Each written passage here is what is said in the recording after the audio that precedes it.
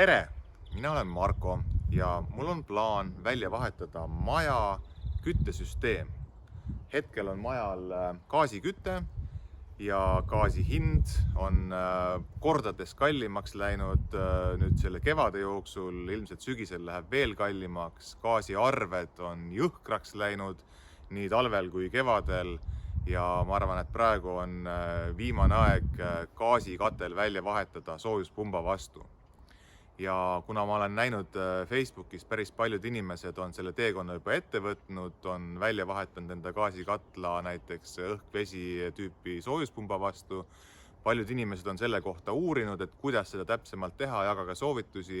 Siis tekkis mul mõte, et teeks sellest ühe sihukese videoseeria, võtaks teid kaasa kogu sellele teekonnale, näitaks, kuidas käib paigaldus, kuidas üldse seade valitakse, kuidas arvutatakse välja võimsus, mida on vaja ja äkki see video või videoseeria annab kellelegi sellist lisajulgustust või kindlust, et see on õige teekond, mis on vaja ette võtta.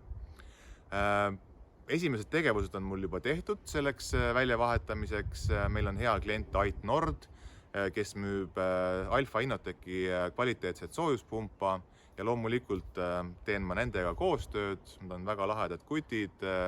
Alfa Innotech on väga kvaliteetne seade ja Ait Nord pakub väga head teenust nii paigalduse kui ka hoolduse näol.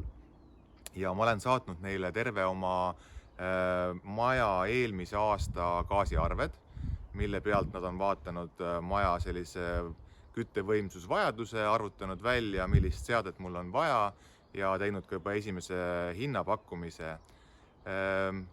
Ma tahaksin teile näidata, kuidas moodi see paigaldus käib, kaua see aega võtab, kuivõrd sujuv või mitte sujuv see kõik on ja pärast ka seda, et kui palju ma siis küttekulude arvelt kokku hoian ja mis on see tasuvusperiood. Et see on, ma arvan, üks peamine küsimus inimestel, et see on päris suur investeering, see küttesüsteemi väljavahetamine, et kui kiiresti see ära tasub.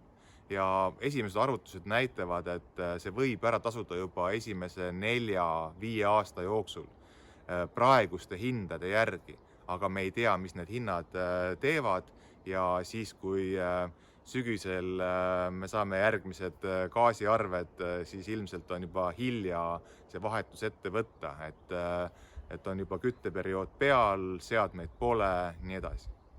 Igal juhul see on esimene video.